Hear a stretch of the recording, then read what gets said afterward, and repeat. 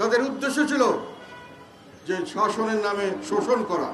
ডিসিদেরকে বলা হতো district collector, সবখানে তারা কালেকশন করতো।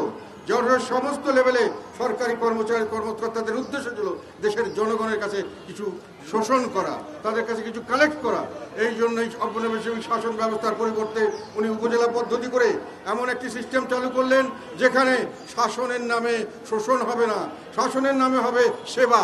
সেই জন্য তিনি উপজেলা পদ্ধতি পরিবর্তন করে উপজেলা চেয়ারম্যান করলেন নির্বাচিত, ছোট একটি অংশের নির্বাচিত, এবং তার অধীনে সমস্ত প্রশাসনকে, পুলিশ এবং সমস্ত উন্নয়নমূলক যত ডিপার্টমেন্ট সবাইকে সেখানে ওনার অধীনে তার জবাবদিহিতা করা হলো। ফলে একেবারে তৃণমূল পর্যায় পর্যন্ত মানুষের কথা শুনতে সরকার বাধ্য হলো এবং মানুষের সেবা নিশ্চিত হলো। কেননা তাদের যে ইভ্যালুয়েশন করা হয়, যা তাদেরকে ভালো মন্দ সেই সরকারি যে রিপোর্ট করা হয় সেগুলো ছিল উপজেলা চেয়ারম্যানের হাতে। এবং একই সঙ্গে উনি সেই উপজেলাতে কোর্ট কাছারি স্থাপন করলেন, গ্রামের মানুষকে যেন শহরে যেতে না হয়, বিভাগীয় শহরে যেতে না হয়, এবং যে বিভিন্নভাবে উনি মানুষকে সেভাবে সেবা দেওয়ার ব্যবস্থা করলেন। প্রতিদিন মিল ফ্যাক্টরি প্রোডাক্ট সব বন্ধ হয়ে যাচ্ছে, মিল ফ্যাক্টরি বন্ধ হচ্ছে, লক্ষ লক্ষ মানুষ বেকার হচ্ছে, এবং এই লক্ষ লক্ষ মানুষের সঙ্গে যারা বিভিন্নভাবে ব্যবসা বাণিজ্য করে তারা বেকার হচ্ছে। বিভিন্নভাবে কোনো রকম অর্থনৈতিক কর্মকাণ্ড নাই, উন্নয়ন কর্মকাণ্ড সেগুলো বন্ধ হয়ে যাচ্ছে। উন্নয়ন কর্মকাণ্ডর যে বিদেশি টাকা সেগুলো তারা ফেরত নিয়ে যাচ্ছে। কোনো মানুষ ইনভেস্ট করতে আসছে না, কোনো নতুন চাকরি সৃষ্টি হচ্ছে না, প্রত্যেকদিন চাকরি আরও মানুষে হারাচ্ছে। সেখানে বেকার সমস্যা হচ্ছে, বেকার সমস্যা, এবং তার সঙ্গে শুরু হয়ে গেছে আইন শৃঙ্খলার অবনতি। বাংলাদেশের ইতিহাসে আমাদের জানা মতে কোনো সময় বাংলাদেশের ইতিহাসে এত খারাপ আইন শৃঙ্খলা পরিস্থিতি কোনো সময় ছিল না। কোনো মানুষের কোনো নিরাপত্তা নাই, কোনো কিছুর কোনো নিরাপত্তা নাই, মানুষের তার পরিবারের নাই, তার বাড়ি ঘরের নাই, তার ব্যবসা কোনোখানে কারো নিরাপত্তা নাই। ব্যবসা ভেঙে দিচ্ছে, বাড়ি ঘর লুটপাট করে দিচ্ছে, যে কোনো সময় মহিলাদেরকে অসম্মান করা হচ্ছে, যে কোনো যার যা ইচ্ছা করে যাচ্ছে। এবং প্রতিদিন আমি এখন দেখলাম যে প্রতিদিন এখন আমরা যেটা খবর পাচ্ছি এবং বিভিন্ন লিবারে দেখছি, ইতিহাসে সর্বোচ্চ প্রতি মাসে খুন হচ্ছে, বিভিন্ন জায়গায় খুন হচ্ছে। খুন গুম না কেনারা বন্ধ করছে। খুন গুম তো দরকার নাই, কেননা সকলের সামনেই তো করা হচ্ছে এবং কাউকে বাধা দেওয়ার কোনো অবস্থা নাই। সেই অবস্থায় দেশ এখন যখন মানুষের আয় ইনকাম নাই, আমাকে আমার যে চুল কাটে সে নাপিত বলে, স্যার আমরা তো চলতে পারছি না। কেন?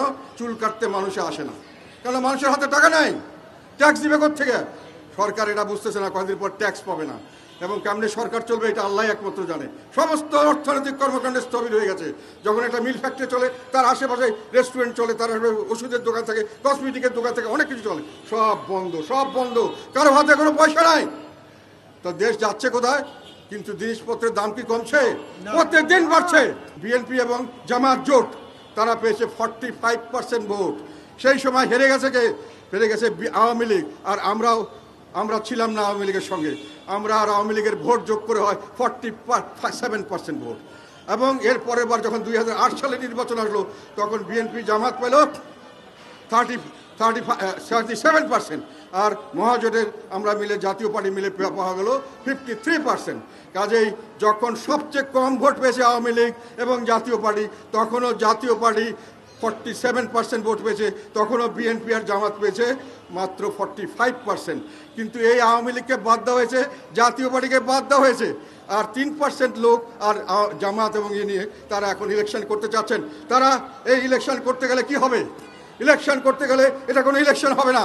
যে ইলেকশনের জন্য আমরা শেখ হাসিনাকে ফেসিবাদ বলি, যেই পতানো খেলার জন্য শেখ হাসিনার বিরুদ্ধে আমরা অবস্থান নিয়েছিলাম, এই সরকার একই কাজ করছেন এবং ওরা ঐক্য কমিশনের নামে অনৈক্য কমিশন তৈরি করেছেন। সেখানে তার দেশের অর্ধেক লোককে বাদ দিয়ে একটা ঐক্য করার চেষ্টা করছেন। এইটা একটা আমি মনে করি বড় ধরনের ষড়যন্ত্র, দেশের বিরুদ্ধে, দেশকে ধ্বংস করার ষড়যন্ত্র। এই ষড়যন্ত্রের অংশীদার তাদেরকে আমি হুঁশিয়ার করে দিতে চাই। দেশের মানুষ এগুলোকে ক্ষমা করবে না। আপনারা যা মনে করছেন তা হবে না। শেখ হাসিনার মতো লোক সমস্ত বিশ্বের সমস্ত বড় বড় শক্তি যাকে সমর্থন দিয়েছিল, সমস্ত সংস্থা এবং যত ধরনের ইনস্টিটিউশন আছে, প্রতিষ্ঠানকে নিজের কব্জায় করে উনি রাখতে পারে নাই। বাংলাদেশের মানুষ তাদেরকে লাঠি দিয়ে ফেলে দিয়েছে, এবং বাংলাদেশের মানুষ 2 মিনিট লাগবে না এইরকম পাতানো খেলার রাজনীতি, যে খেলায় আমাদের নেতা, আমাদের চিফ অ্যাডভাইজার যেটা বলেন যে আমার নিয়োগদাতা কিছু মানুষ, এবং তাদের আবার কিছু বড় জামাত ইসলাম বলে তাদের নিয়োগদাতা নাকি আবার জামাতকে তারাই নাকি এই ছাত্রদেরকে সব রকম সুযোগ সুবিধা দিয়ে রাখছে।